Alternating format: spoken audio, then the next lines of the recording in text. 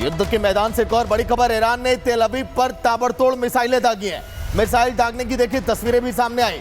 Israeli air defence system हर तरफ active है और अमेरिका जब इस जंग के मैदान में कूदा उसके बाद इजराइल की ताकत और भी ज्यादा मिल चुकी है। देखिए सायरन की आवाज, धमाके की आवाज, ये सब कुछ दर्शा रहा है कि ये जंग किस मोड़ पर जाता हुआ दिखाई दे रहा है। दोनों देश ये अब ठान चुके हैं कि अब ये जंग अब थमने वाली नहीं है, क्योंकि ये लड़ाई अब वर्चस्व की हो चली है। एक तरफ है ईरान तो दूसरी तरफ इजराइल। दोनों देश अपनी ताकत का नमूना पेश करते हुए इस समय दिखाई दे रहे हैं, क्योंकि चारों तरफ से इजराइल का कहना कि हमने ईरान को घेर लिया है।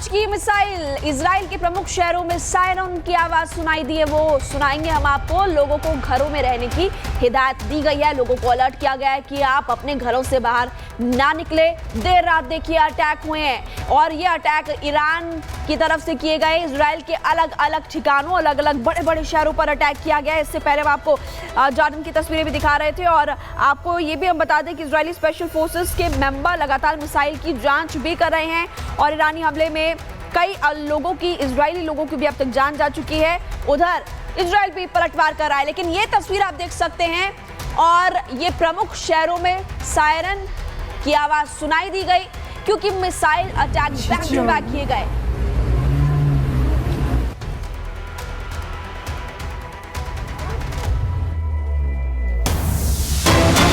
और बड़ी खबर, जंग के मैदान से ईरान और इजराइल के बीच जंग लगातार जारी। इजराइल का ईरान पर एक बड़ा हमला, इजराइल भी लगातार ईरान पर हमले कर रहा है। कारामना शाह पर देखिए अटैक किया गया।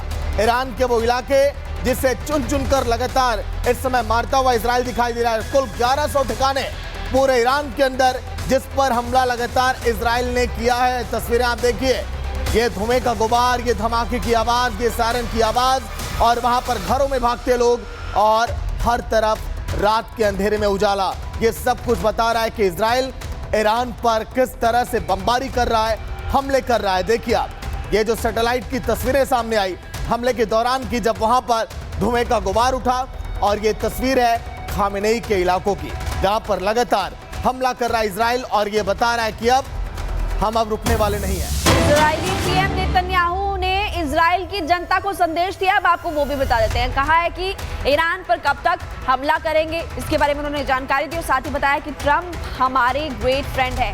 तो डोनाल्ड ट्रंप को अपना ग्रेट फ्रेंड बता रहे हैं नेतन्याहू। और जिन्होंने ऑपरेशन राइजिंग लाइन शुरू किया और 13 जून को ऑपरेशन लाइन शुरू किया गया था, जिस पर ईरान पर 200 फाइटर जेट से हमला किया गया था। इजरायली ऑपरेशन में ईरान के 14 वैज्ञानिक और 20 से ज्यादा मिलिट्री कमांडर जब मारे गए, उसके बाद ईरान ने भी पलटवार किया और ईरान ने पलटवार किया तो उस ऑपरेशन का नाम ट्रू प्रॉमिस दिया गया। सैकड़ों मिसाइल इजराइल पर दागी और अब नेतन्याहू ने बताया कि कब तक हम हमला करेंगे। सुनाते हैं आपको।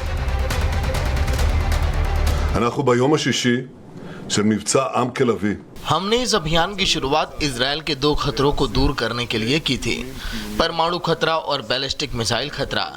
हम इन खतरों को दूर करने के लिए कदम दर कदम आगे बढ़ रहे हैं। हम बहुत नुकसान उठा रहे हैं, दर्दनाक नुकसान, लेकिन हम देखते हैं कि घरेलू मोर्चा मजबूत है, लोग मजबूत हैं और इजराइल राज्य पहले से कहीं ज्यादा मजबूत है। मैं इजराइल के एक महान मित्र राष्ट्रपति ट्रंप को धन्यवाद देना चाहूंगा। मैं हमारे साथ खड़े होने के लिए उनका धन्यवाद करता हूं।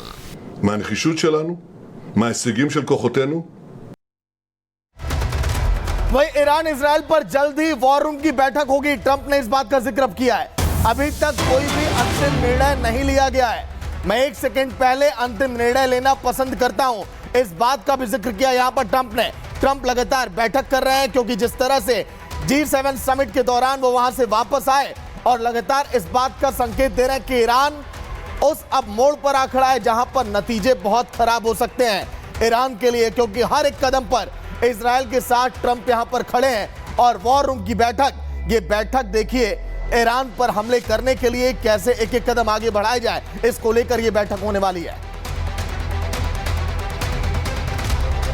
It really knocked the one side off, as you know. Iran Israel पर जल्द ही वॉर रूम की बैठक होगी। क्या करना है अभी तक कोई अंतिम निर्णय नहीं लिया गया है। मैं एक सेकंड पहले अंतिम निर्णय लेना पसंद करूंगा। ईरान पर हमला करने के बारे में अभी तक कोई निर्णय नहीं लिया गया है। हम युद्ध विराम नहीं चाहते हैं, हम पूरी तरह से जीत चाहते हैं। I hate to see all that death, so much death and destruction. और बड़ी खबर इसी बीच एक और आपको हम बताएंगे और एक बड़ी खबर सामने आ रही है। सेजल बैलिस्टिक मिसाइल से हमला करने का दावा है और ये लॉन्ग रेंज की मिसाइल होती है। ईरान ने लंबी दूरी की मिसाइल से अटैक किया है तो इजराइल पर एक और बड़ा अटैक जिसकी तस्वीर हम आपको दिखा रहे हैं। सेजल बैलिस्टिक मिसाइल और आप सुन सकते हैं इस बैलिस्टिक मिसाइल की आवाज जब ये मिसाइल दागी गई थी। ये लंबी दूरी की बैलिस्टिक मिसाइल है और यहाँ पर आप देख सकते हैं चारों तरफ धुआं धुआं नजर आ रहा है। इस तरह का अटैक दोनों तरफ से किया जा रहा है लेकिन ईरान भी अब काफी ज्यादा एक्टिव हो चुका है। ईरान ने लंबी दूरी की missile long range missile attack Israel के कुछ बड़े शहरों पर किया, ये जानकारी मिल रही है और इसी की तस्वीर हम आपको दिखा भी रहे हैं। सागर देखिए बिल्कुल लगातार जो हमले इस समय इजराइल की तरफ से किए जा रहे हैं, ईरान भी लगातार इजराइल पर पलटवार तो कर रहा है लेकिन इस युद्ध के मैदान में दिखाई दे रहा है। तो इजराइल एक और बड़ी खबर आपको बता दें जहां पर ईरान के सुप्रीम लीडर पर ट्रंप का बयान अब सामने आया। ईरान के सुप्रीम लीडर पर बयान, सरेंडर नहीं करने पर कहा गुड लक खामेनेई, अगर आप सरेंडर नहीं किए तो आपको गुड लक है हमारी तरफ से। ईरान के सुप्रीम लीडर खामेनेई को लेकर जो बयान दिया था ट्रंप ने कि अभी हम मारेंगे नहीं लेकिन हमें पता है कि खामेनेई कहां पर छुप कर बैठे हैं। खबरें ये भी आई कि खामेनेई बंकर का सहारा ले रहे हैं और ट्रंप ने अब कह दिया है खामेनेई को कि आप सरेंडर नहीं किए लेकिन आपको हमारी तरफ से गुड लक। खामेनेई हालांकि बार बार ये कह रहे हैं कि ट्रंप बेशक क्यों ना हो इजराइल के साथ लेकिन ये हमले अब रुकने वाले नहीं हैं। एक एक खून के कतरे का ईरान के हर एक आदमी इसका जवाब लेंगे इजराइल से। जो लोग शहीद हुए उनका बदला लिया जाएगा, ये भी खामेनेई ने कहा है। ईरान के सुप्रीम लीडर खामेनेई को लेकर ट्रंप ने इस बात का जिक्र किया कि आपने सरेंडर नहीं किया लेकिन आपको गुड लक। आने वाले दिनों में आपके युद्ध किस निर्णायक मोड़ तक पहुंचेगा ट्रंप की एंट्री के बाद, ये भी अब देखने वाली बात होगी। तो ईरान के सुप्रीम लीडर को लेकर डोनाल्ड ट्रंप ने क्या कहा वो आपने सुन लिया और ईरान इजराइल के बीच अब भीषण जंग जारी है और बेहद खतरनाक मोड़ पर भी आ चुकी है। क्या तस्वीरें सामने आ रही, किस तरह का एक्शन लिया जा रहा है, क्या बाकी देशों का स्टैंड है, सब कुछ जानकारी इस रिपोर्ट में।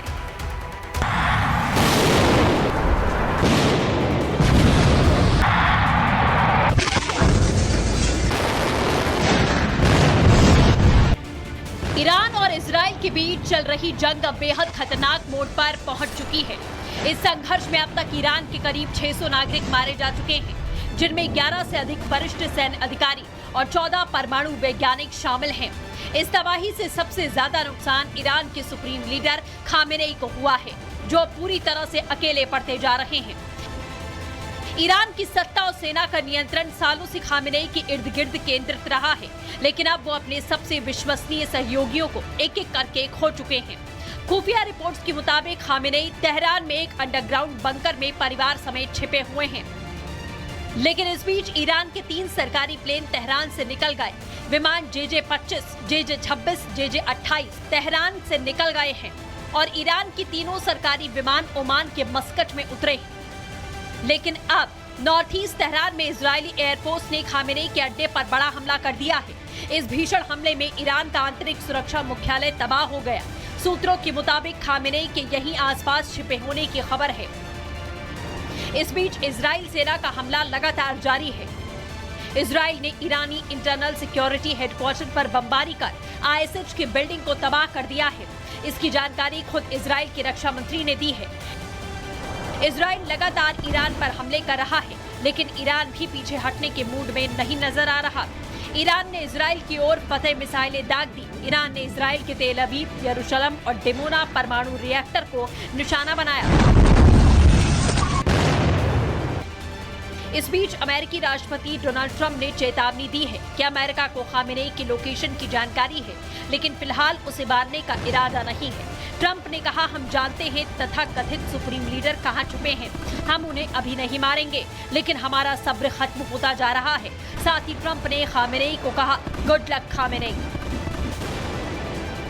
इसका मतलब अब यही है कि ईरान इजरायल युद्ध में अमेरिका सीधे शामिल होने वाला है।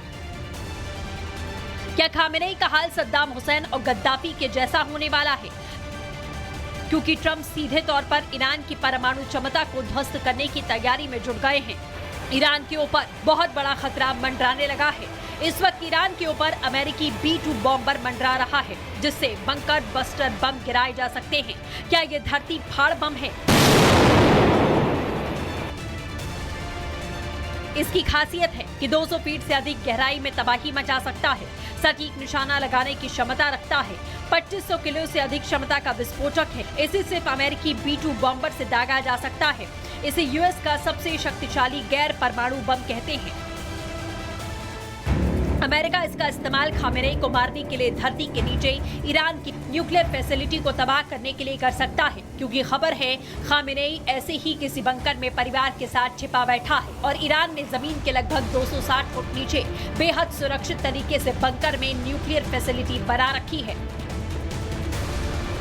अमेरिका और इजराइल लगातार ईरान को धमकी दे रहे हैं, कह रहे हैं खामेनेई उनके पहुंच से बहुत दूर नहीं है। तो खामेनेई ने भी साफ शब्दों में कह दिया है, ये जंग यहूदियों के खिलाफ होगी, क्योंकि ईरान ने भी इजराइल में जो तबाही मचाई है उसकी तस्वीरें दुनिया देख रही है। चाहे मोसाद का हेडक्वार्टर हो या इजराइल के रिहायशी इलाके, ईरान ने बता दिया है कि वो पीछे हटने वाला नहीं है।